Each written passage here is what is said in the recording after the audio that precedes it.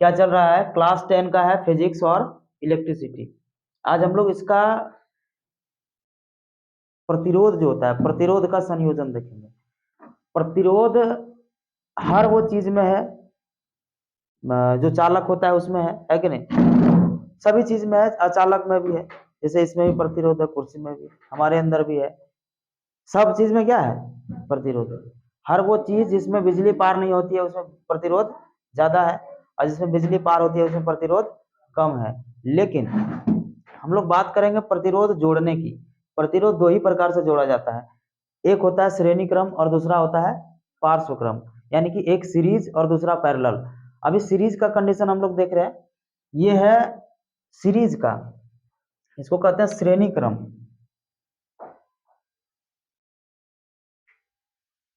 श्रेणी क्रम, श्रेणी क्रम में क्या होता है? एक प्रतिरोध दूसरे प्रतिरोध से, दूसरे प्रतिरोध तीसरे प्रतिरोध से डायरेक्ट जुड़ा हुआ रहता है। जैसे तुम हाथ में हाथ, जैसे दोस्त है ना, तीन दोस्त है मान लो, तो हाथ में हाथ धर के एकदम रोड में चल रहा है, कोई पीछे से आया ठोक दिया, बात समझ आ रही है? तो वो क्या है? वो सीरीज है ना? वो क्या है? सीरीज में। हाथ में हाथ धर के अगर ऐसे चल रही है तो क्या है वो? सीरीज में। मतलब एक ही सीध में, एक ही लाइन में सब है सब। लेकिन अगर यदि तुम यही हाथ में हाथ ना धर करके आगे पीछे चल रहे हो, एक साइकिल वाला मान लो यहाँ चल रहा है, एक साइकिल वाला यहाँ चल रहा है, एक साइकिल वाला यहाँ चल रहा है, तो इसको कहते हैं पैरेलल। ऐसे बात समझ आ रही है? तो इसको अलग है। लेकिन यहाँ पे क्या है? एक दूसरे से तीनों जुड़ा हुआ है, और जब तीनों जुड़ा हुआ है तो इसको क्या कहेंगे? सीरीज में है, वो श्रेणी क्रम में है।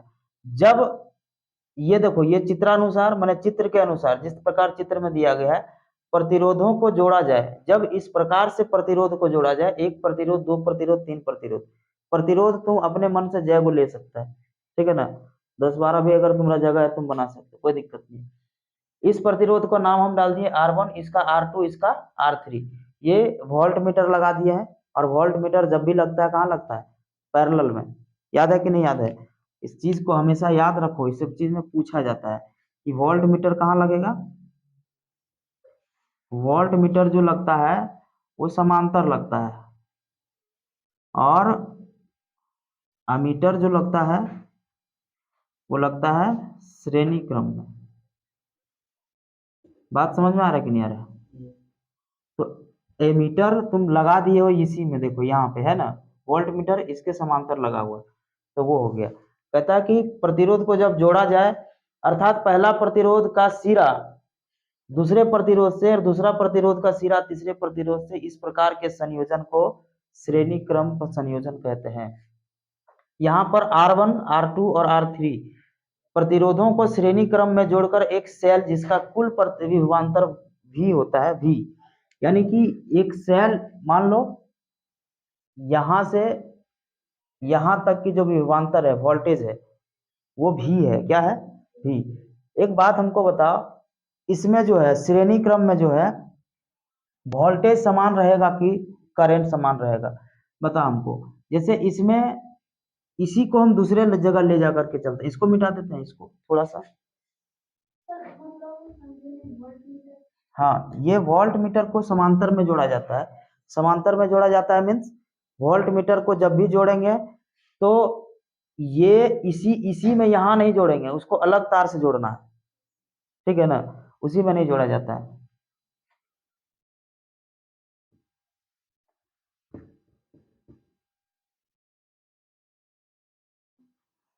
अब बताओ, ये है एक पानी, पानी का पाइप है, पानी का क्या है? पाइप। पानी का पाइप है, और ये पाइप जो है आगे चल के थोड़ा मोटा हो गया। क्या हो गया? मोटा। अगर ये पाइप थोड़ा मोटा हो जाता है, आगे चल के थोड़ा और मोटा हो गया, इस प्रकार से मान लो ये पाइप जा रहा है, ठीक है ना? अब गौर करिए, यहां जो पानी है, यहां जो पानी है उतना ही पानी यहां भी होगा, उतना ही पानी यहां भी होगा।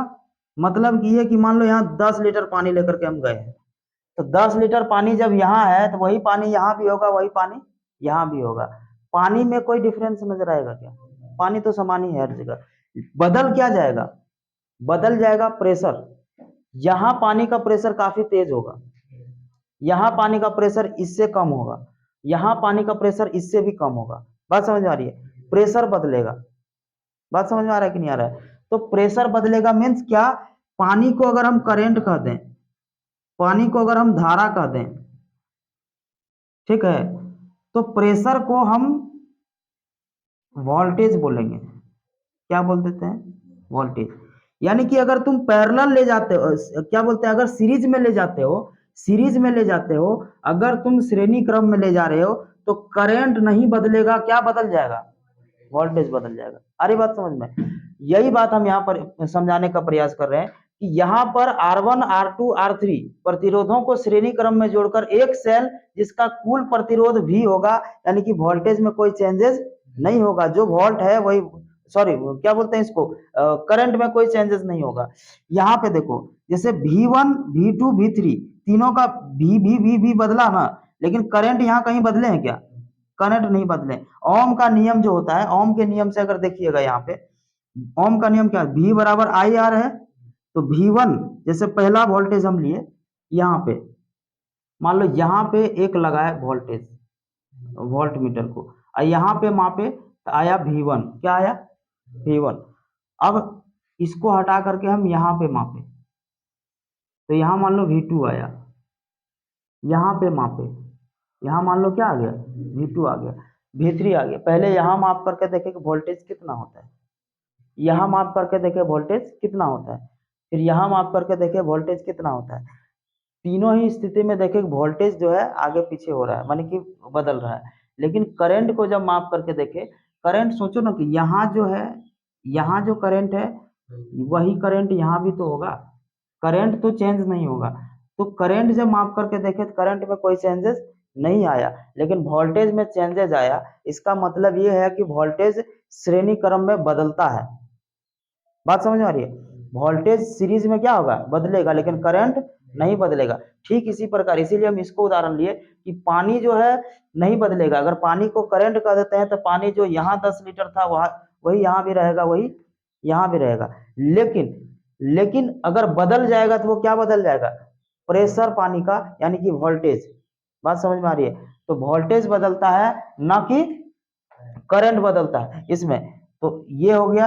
अगर हम यहाँ पे लिए V1 के जगह पर, तो आई R1 हो जाएगा ना, आई R1, और इसका लेंगे V2 का लेंगे क्या हो जाएगा? आई R2। और V3 का लेंगे क्या हो जाएगा? आई R3। और इसको समीकरण वाइज हम लोग क्या किए? उतार दिए।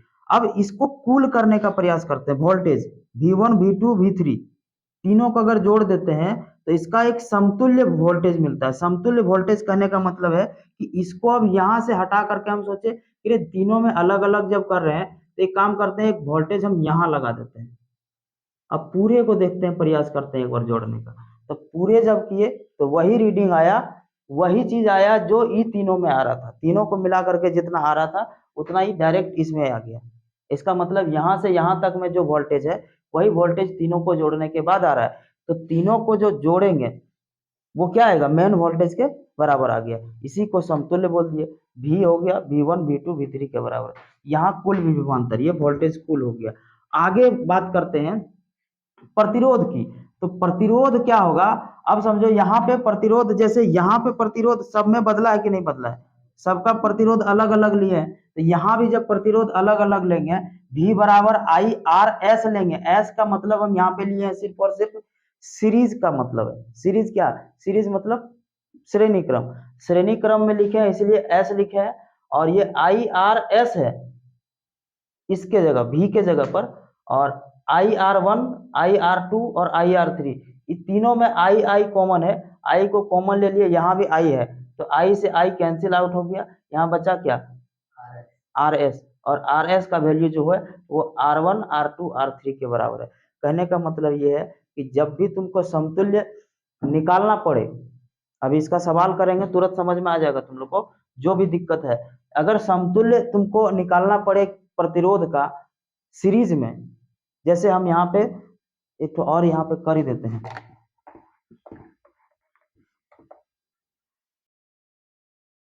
जैसे यहीं पे मान लो ये है 2 ओम का, कितना है 2 ओम का, ये मान लो है 3 ओम का, और ये मान लो है 4 ओम का, कुछ भी हो सकता है। हम तुमसे पूछे कि बता टोटल प्रतिरोध कितना होगा, तो टोटल प्रतिरोध तुमको क्या करना है, सिर्फ तीनों को जोड़ देना है। मीन्स यहाँ पे 2 ओम प्लस 3 ओम प्लस 4 ओम, तीनों को जब जोड़ दिए तो टोटल कितना हो गया 9 ओम, और यही हो गया समतुल्य प्रतिरोध। समतुल्य प्रतिरोध इसमें डायरेक्ट निकलता है, सीरीज में यही सूत्र हाँ ठीक है, इसका अभी सवाल भी करा देंगे, यहाँ तक हो गया ना।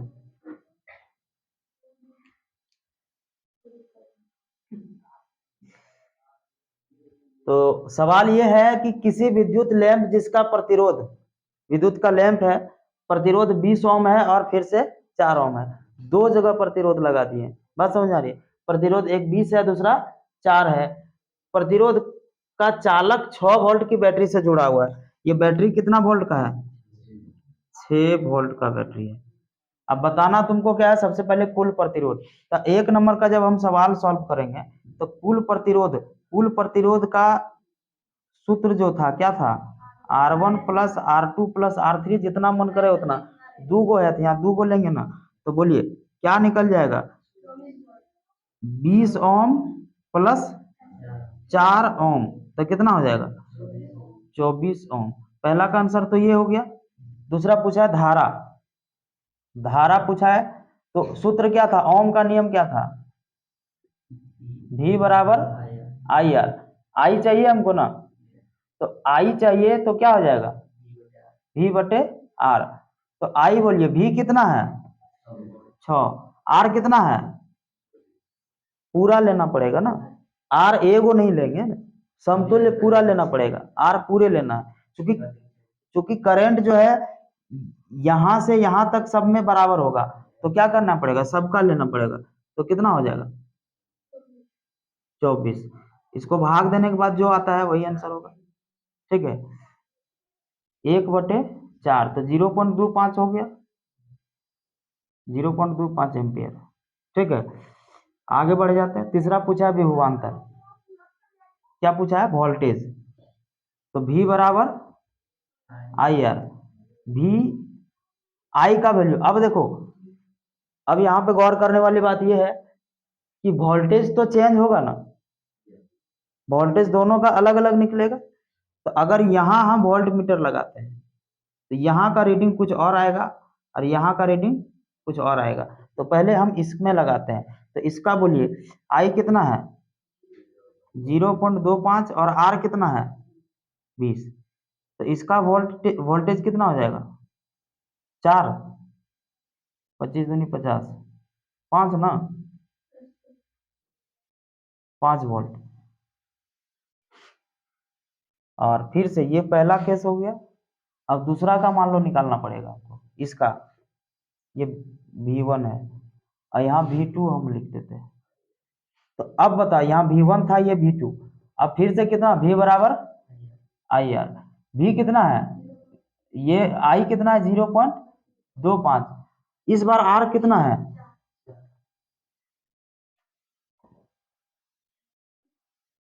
R है 4, तो इसका कितना हो जाएगा 1 वोल्ट, यही ना होगा, बस हो गया।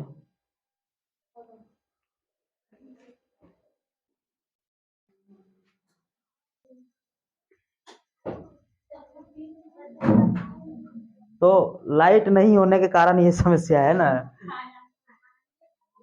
प्रतिरोध का पार्श्व क्रम देखेंगे, पार्श्व क्रम मतलब क्या हो गया, समानांतर, और समांतर क्रम जो होता है उसमें एक सिरे से एक निकाला गया, फिर दूसरा, फिर तीसरा, यानी कि यहाँ पे करंट बदलेगा, क्या बदल जाएगा करंट, उसमें क्या बदल गया था वोल्टेज, उसमें वोल्टेज बदल गया, इसमें करंट बदल जाएगा, इसमें करंट अलग अलग होगा पर वोल्टेज एक ही होगा, समान होगा। तो इसी प्रकार के जो देखो क्या लिखता है कि पार्श्व क्रम में संयोजन चित्रानुसार, इस प्रकार से प्रतिरोधों को जब निश्चित बिंदुओं के बीच जोड़ा जाता है तो वह संयोजन समांतर क्रम होता है। यहाँ प्रत्येक प्रतिरोध के सिरों के बीच विभवांतर का मान भी है, क्या है, V। और जो प्रतिरोध है R1 R2 R3, उसमें क्रमशः I1 I2 I3 धारा पार कर रही है। माने हर प्रतिरोध में अलग अलग धारा है, हर प्रतिरोध में अलग अलग करंट है, पर यहाँ पे वोल्टेज समान रहेगा। ठीक है, ऐसे भी समझिए, ये मान लो कोई मोटा पाइप है और यहां से तुम ऐसे पार कर दिया और एक ऐसे पार कर दिया और एक ऐसे पार कर दिया, 3 जगह पानी तुम पार किए हो।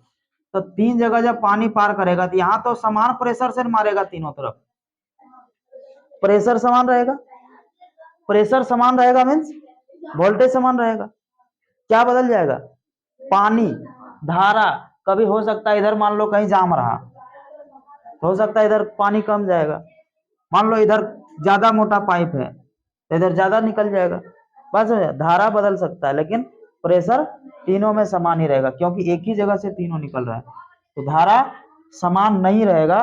ओम का नियम क्या कहता है कि V बराबर आई आर, तो V1 यहाँ रहेगा और I1 आई आर, जैसे I1 इसका I1 है और इसका ये उल्टा पुल्टा लिख दिए रे, ये मान लो ये R3 है, ये R2 और ये R1 है, तो I1 I1 और R1 इसका V1 का, फिर इसका R2 का क्या हो जाएगा, I2 जो है I2 क्या हो जाएगा V2 बटे R2, और I3 का क्या हो जाएगा V2 बटे R3। सेम इसी प्रकार समतुल्य जब निकालोगे तो V का वैल्यू IR और P इसलिए लिखे हैं क्योंकि वो पैरेलल को इंडिकेट कर रहा है, ठीक है ना, P पैरेलल, तो I बराबर V बटे RP।